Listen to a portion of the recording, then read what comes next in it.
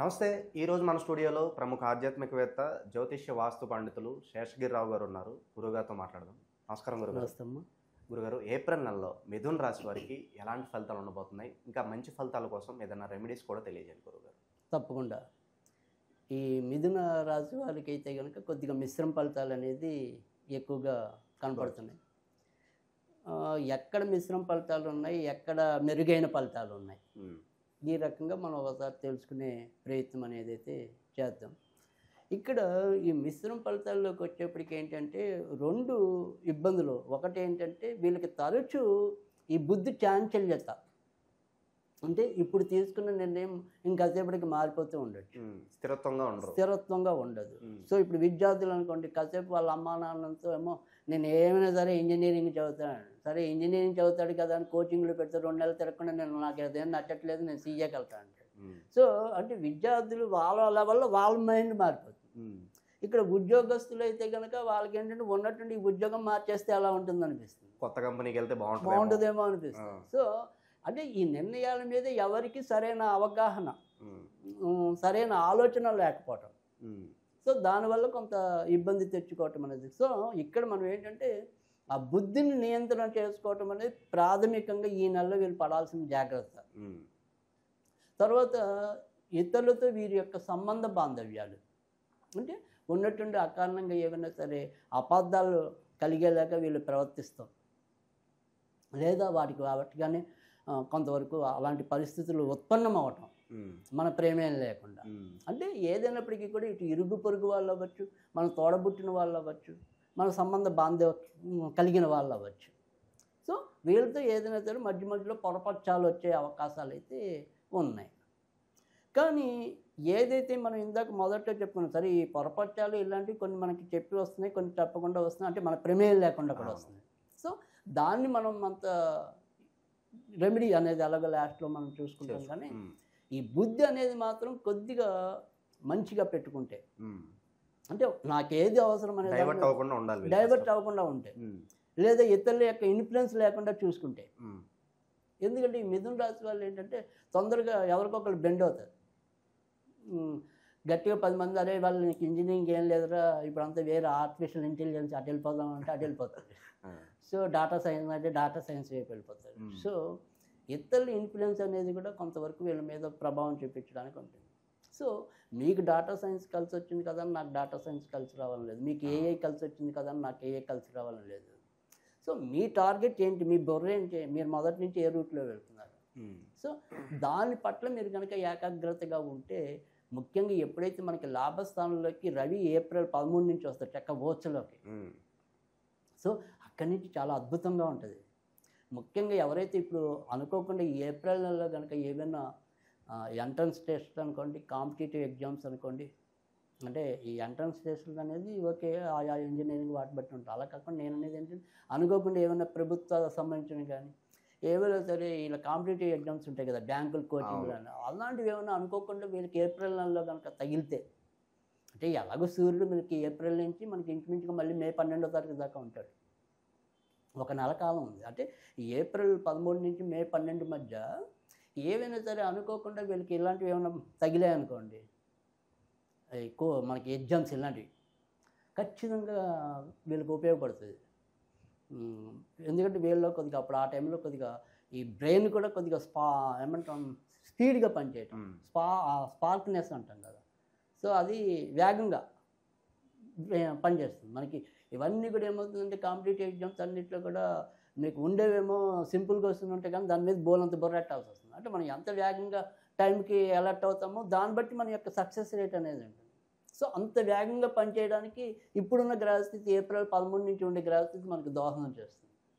So మనకు కావాల్సిందల్లా divert అవ్వకుండా ఉండటం, సో ఖచ్చితంగా అది మంచి టైంగా చెప్పాలి.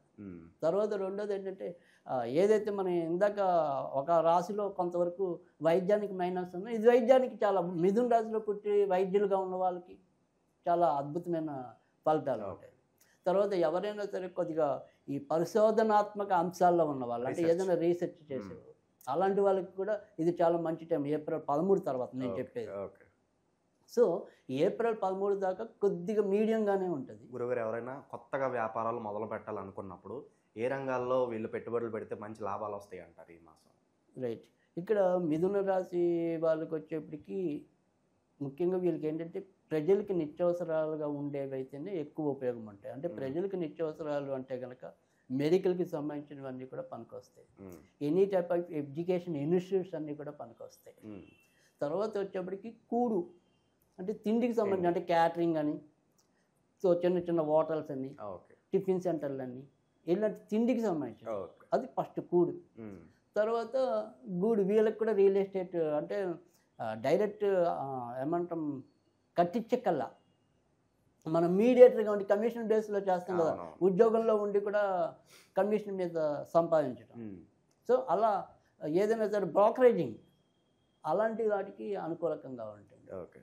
సో తర్వాత బట్టలకు సంబంధించి ముఖ్యంగా ఆడవాళ్ళకి సంబంధించిన బట్టలు అమ్మినట్టయితే కనుక లాభం ఉంటుంది. మగవాళ్ళు మన టెక్స్టైల్స్ కన్నా కూడా లేడీస్ టెక్స్టైల్స్ అయితే కనుక ఇంకొద్దిగా పోషాకరంగా ఉంటుంది. కనుక ఈ రకమైన వ్యాపారాలు అయితే కనుక తప్పకుండా ఈ మిథున రాశి వాళ్ళు మొదలెట్టుకుంటే. రెండోది ఏంటంటే సాధారణంగా మిథున రాశి వాళ్ళు అధిక శాతం మంది ఉద్యోగాల్లో ఉన్న ఎక్కడొక్కడ రెండో సంపాదన కోసం వెతుకుతారు. సో అది ఫ్రెండ్స్ ఎక్కడైనా ఇన్వెస్ట్ చేయొచ్చు, లేదా చిన్న చిన్న వ్యాపారాలు ఇలా ఇందాక కమిషన్ బేస్లో వచ్చే చోట ఎక్కడైనా వేలు ఎట్టచ్చు. సో కొంతవరకు ఆ రకమైనది అసలు ఆ వ్యాపార లక్షణం అనేది ఎంతో కొంత వాళ్ళలో ఉంటుంది. ఎందుకంటే మిథున రాశి అంటేనే బుధుడికి సంబంధించి. సో మెయిన్ ప్లానెట్ బుధుడు అసలు వ్యాపారానికి. సో అందుకని ఆయన యొక్క ఆధిపత్యంలో ఉంటారు కాబట్టి ఎంతో కొంత వ్యాపార ఆలోచనలు అయితే వస్తాయి.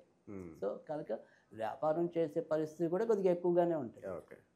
తర్వాత మరి వచ్చేప్పటికి మరి పెళ్ళి అనేది, సో పెళ్ళి అనే దానికి ఏంటంటే ఇక్కడ కొద్దిగా మే దాకా కూడా ఇంకా కొద్దిగా ఇబ్బందిగానే ఉంటుంది. మే తర్వాత ఏదైనా సంబంధాలు కుదిరే అవకాశాలు కనిపిస్తాయి. ఎందుకంటే అక్కడి నుంచి ఏంటంటే మే 14వ తారీఖు నుంచి ఇప్పుడు వ్యయంలో ఉన్న గురుడు వీళ్ళకి రాశిలోకి వస్తాడు. సో ఎప్పుడైతే రాశిలోకి వస్తాడో ఆ సప్తమ స్థానాన్ని గురుడు వీక్షిస్తాడు మిథున రాశికి. అంటే మీకు ఏమవుతుందంటే ఇక్కడ ఇప్పుడు కొత్తగా పెళ్ళి అవ్వటం అనేది పక్కన పెడితే ఇప్పటికే భార్యాభర్తల మధ్య కూడా రోజు ఏదో రకమైన వాగ్వివాదం జరుగుతూ ఉంటుంది. చివరి నిమిషంలో ఎలాగోలా బొజ్జుగిచ్చుకోవటం ఉంటుంది, కానీ పరిస్థితులు అయితే బాగుండలేదు. ఎప్పుడు ఏదో ఒక గడబడి ఇంట్లో ఉంటుంది. సో లేదు అమ్మాయి ఇద్దరం ప్రశాంతంగా ఉన్నాం అనుకున్నప్పటికీ ఈయనకైనా ఏదో ఒక ఫీవర్ వస్తుంది, ఆవిడకైనా ఏదో ఒక ఫీవర్ వస్తుంది. సో అంటే డిస్టర్బెన్స్ వాతావరణం అనేది ఎంతో కొంత ఉంటుంది ఇంట్లో. సో ప్రశాంతంగా కూర్చుని రెండు కబుర్లు చెప్దాం అనుకుంటే ఆ కబుర్లోంచి అది పెద్ద అయిపోతుంటాయి. సో ఆ రకమైన కొంత ఇబ్బందికరమైన పరిస్థితి అయితే వీళ్ళకి గత కొద్ది నెలలుగా ఉంది. సో అదేంటంటే మరీ ఈ కన్యారాశి మీనరాశి అంటే తర్వాత మనం ఎలాగో చెప్పుకుంటాం, వాటితో పోలిస్తే కొద్దిగా డేంజర్ తక్కువ ఉంది. సో ఓవరాల్గా అయితే మొత్తానికైతే ఒకళ్ళొకళ్ళు మళ్ళీ కాంప్రమైజ్ అవుతారు. సో అంతవరకు ఆనందంగా ఉంది.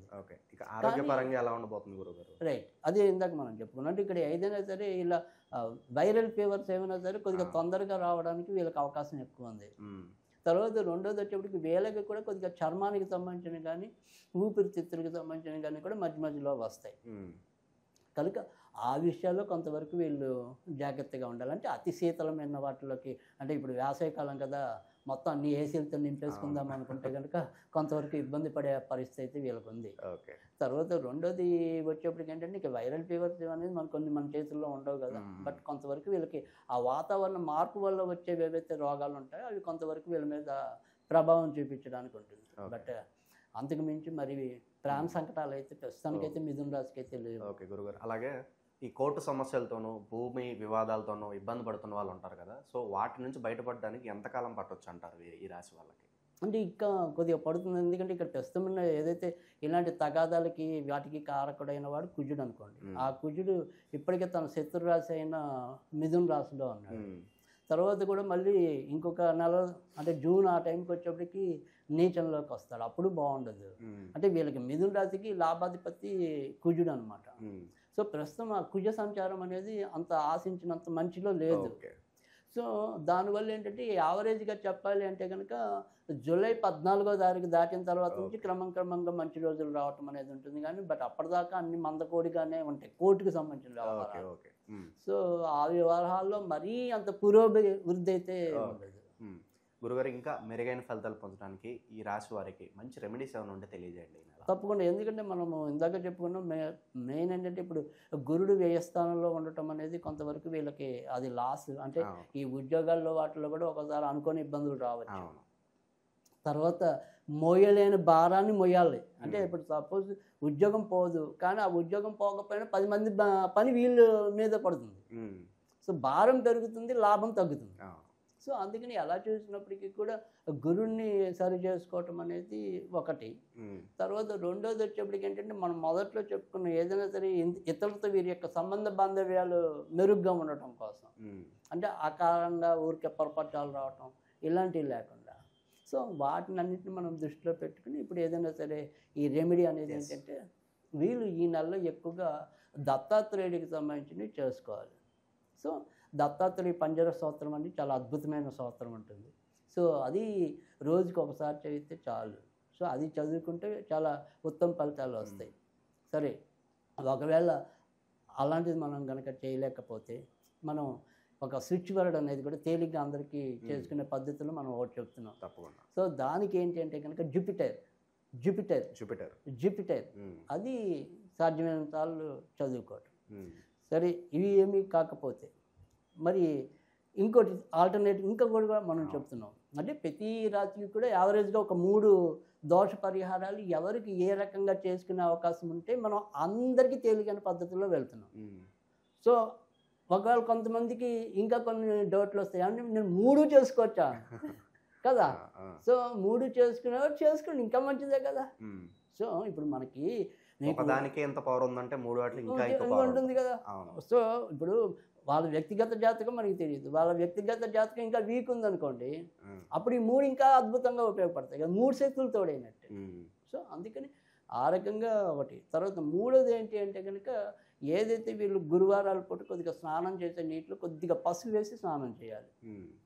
అలా ఈ నెల అంతా కూడా ఏప్రిల్ నెలలో ఎన్ని గురువారాలు వస్తే అన్ని గురువారాలు వాళ్ళు స్నానం చేసే నీటిలో కొద్దిగా పసుపు వేసి స్నానం చేసినా కూడా చాలా మంచి ఫలితాలు ఉంటాయి. ఈ రకంగా మాత్రం మిథున రాశి వాళ్ళు చేస్తే సరిపోతుంది. సో ఏప్రిల్ మాసంలో మిథున రాశి వారికి ఎలాంటి ఫలితాలు ఉంటాయి, ఎలాంటి రెమెడీస్ చేసుకోవాలి, చాలా అద్భుతంగా వివరించారు గురుగారు. ధన్యవాదాలు.